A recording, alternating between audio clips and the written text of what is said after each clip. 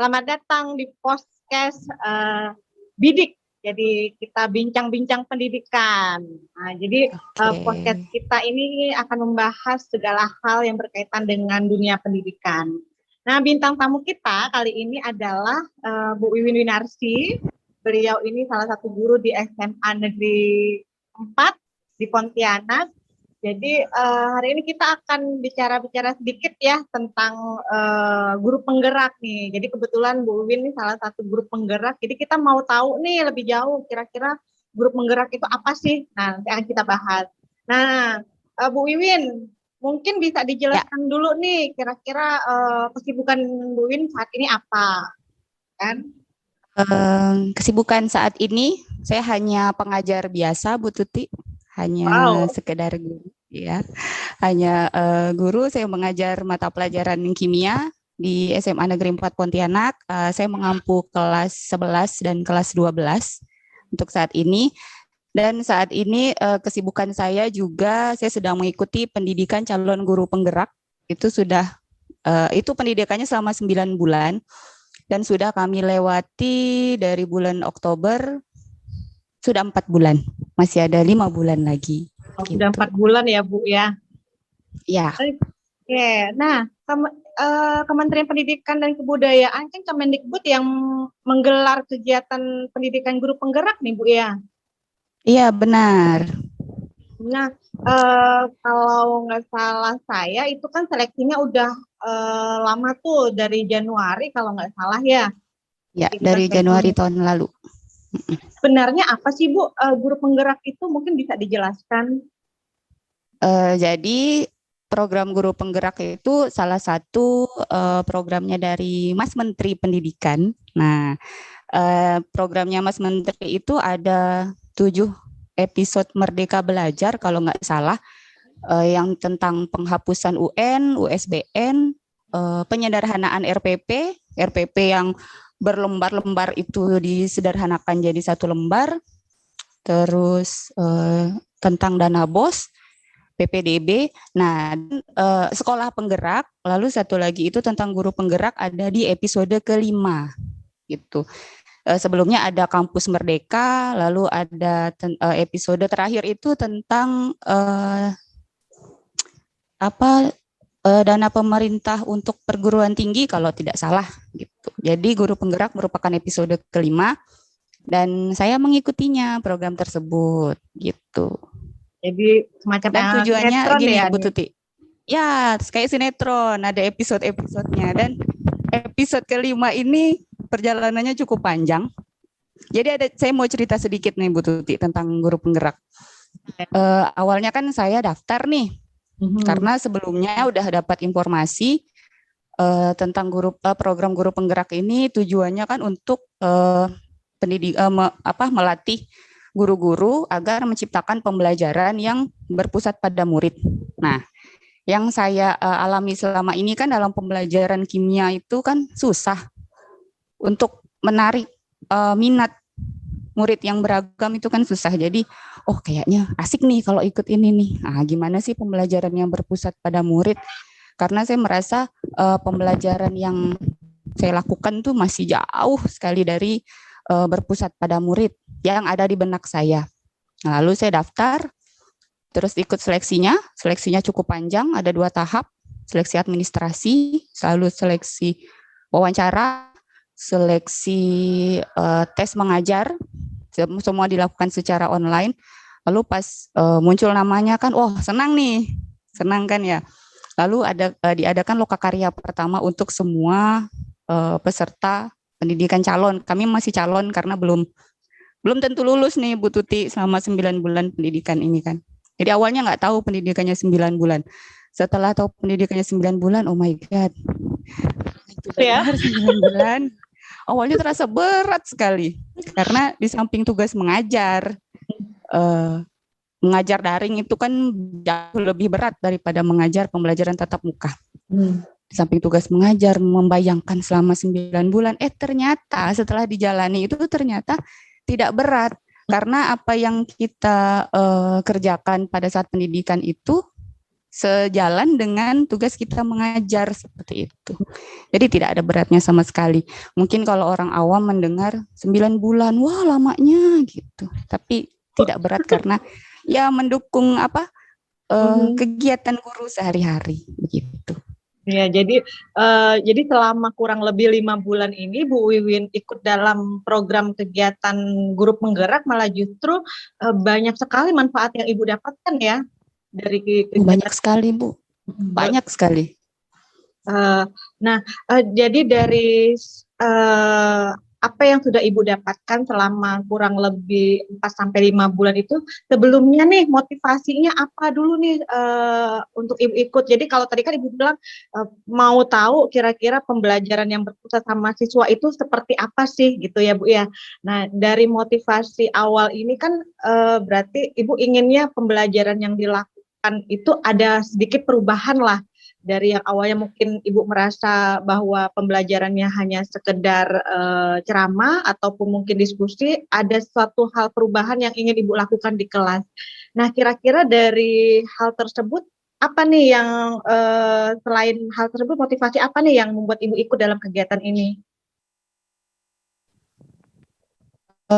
Motivasinya yang pertama tadi kan karena kekepoan saya ya tentang arah dan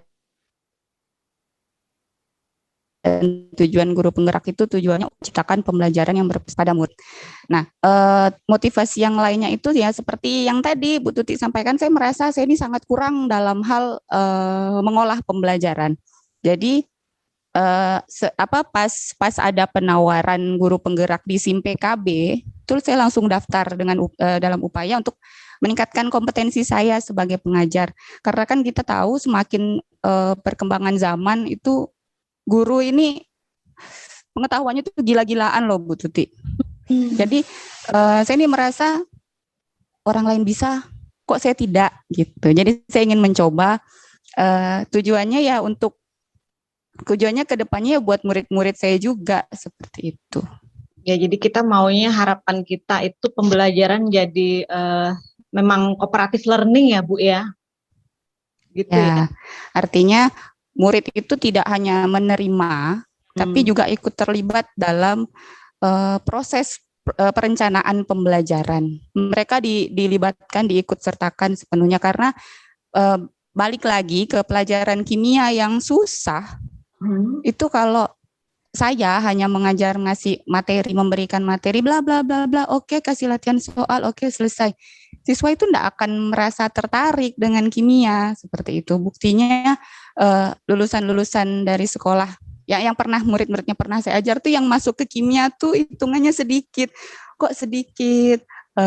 Maunya saya tuh banyak penerus saya seperti itu. Jadi saya ingin menciptakan pembelajaran yang menarik, yang membuat mereka senang dan bahagia.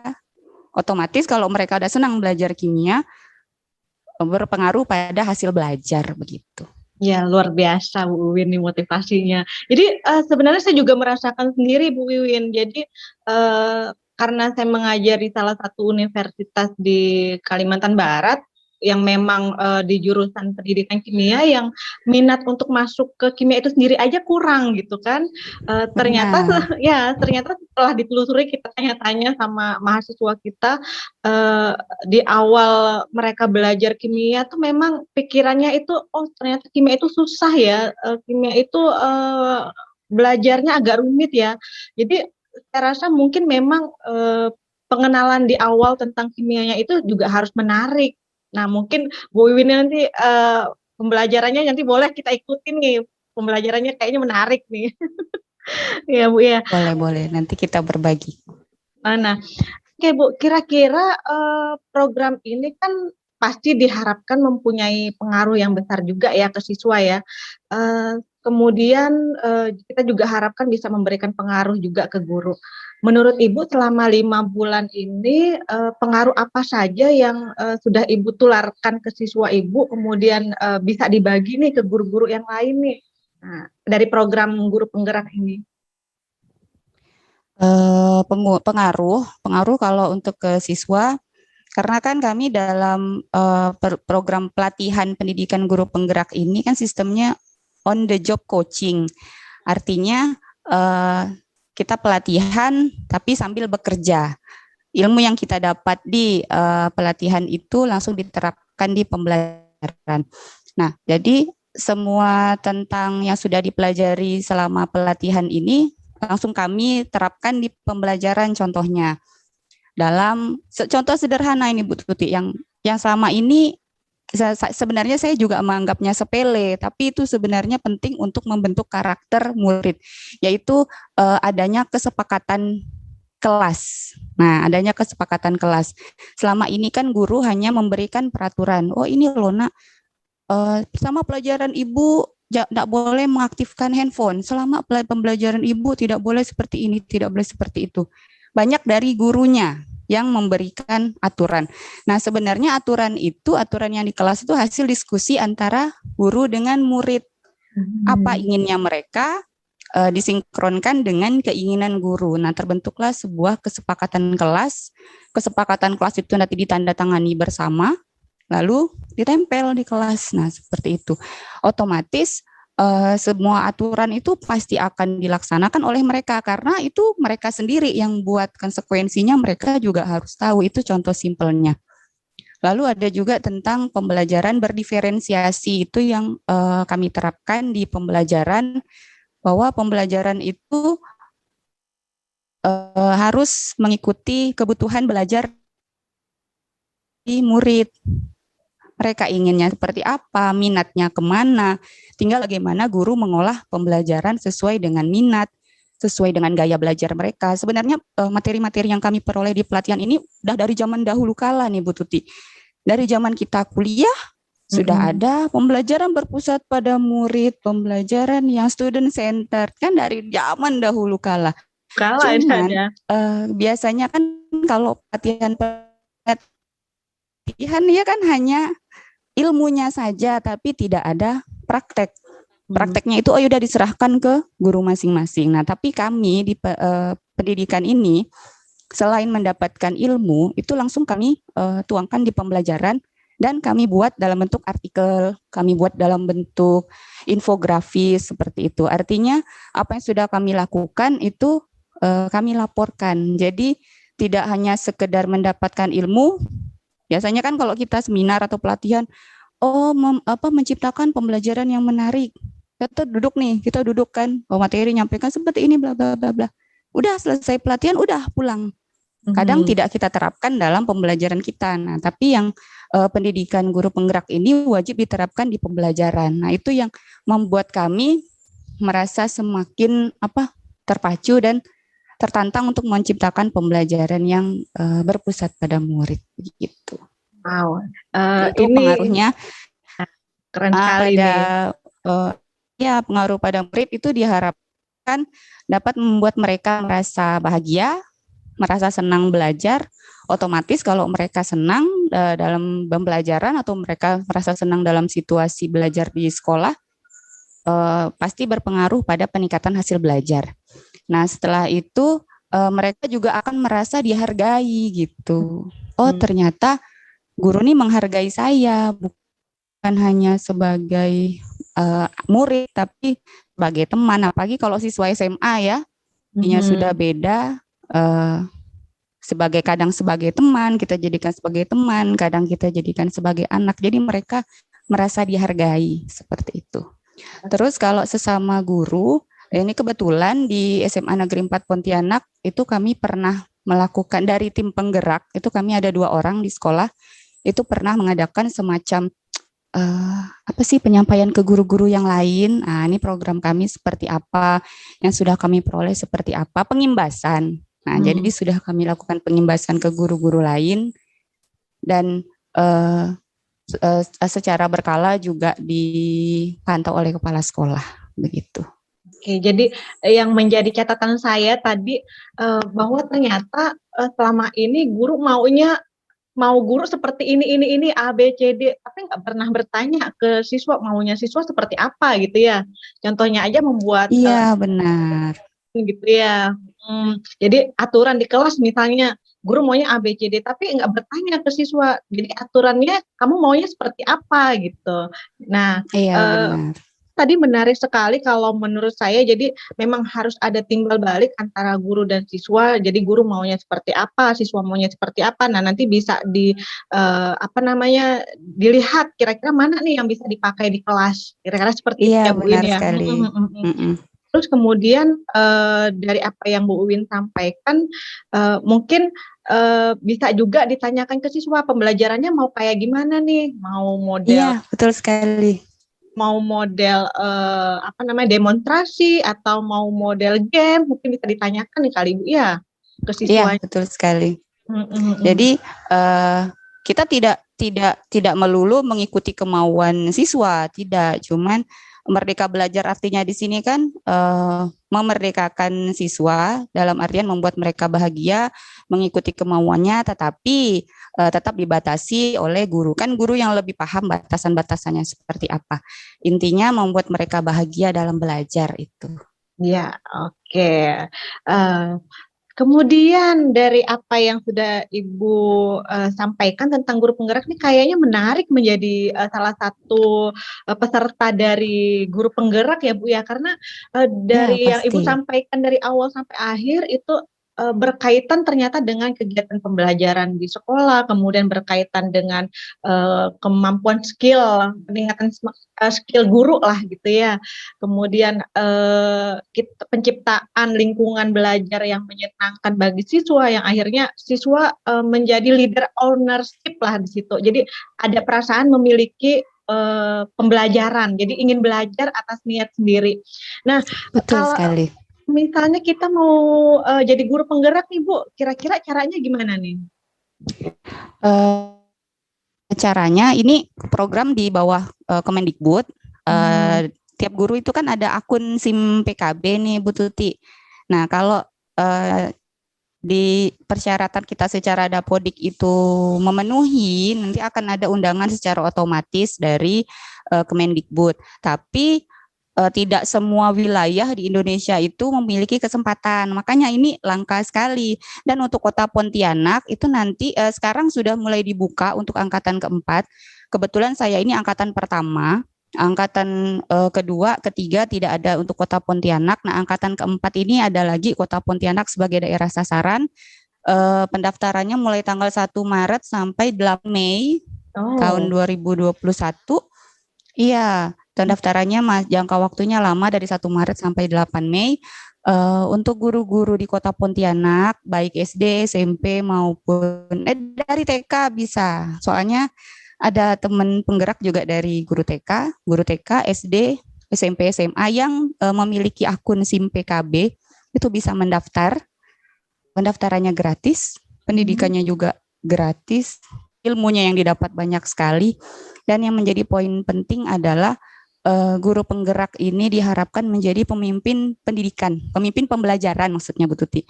Artinya yang namanya pemimpin itu kan bukan yang mengatur semuanya, tetapi memanajemen. Guru harusnya memanage pembelajaran, bukan mengatur pembelajaran. Memanage artinya kita perlu kolaborasi dengan orang lain, kolaborasi dengan orang tua, dengan rekan guru lain, kolaborasi dengan murid tentunya. Ya, karena tujuan kita adalah menciptakan murid yang merdeka belajar. Iya, berarti dicek aja SIM PKB-nya untuk Bapak Ibu guru. Oke. Ada tips dan triknya nggak Bu? Akhirnya bisa lolos dari berbagai macam tahapan ini, kan tahapannya panjang nih ya. Akhirnya bisa lolos jadi salah satu pesertanya. Ada tips dan triknya nggak? Tips dan triknya apa ya? Kalau saya sih laksanakan sesuai penjadwalan, karena kan ada tahapan-tahapannya. Tahap yang pertama tuh tahap pendaftaran yang harus melengkapi kurikulum vitae, harus ada rekomendasi dari kepala sekolah, rekomendasi dari teman sejawat, itu nanti diupload di SIM PKB sesuai jadwal. Nanti ada setelah itu ada tes esai sama tes bakat skolastik, jawab dengan jawaban yang terbaik.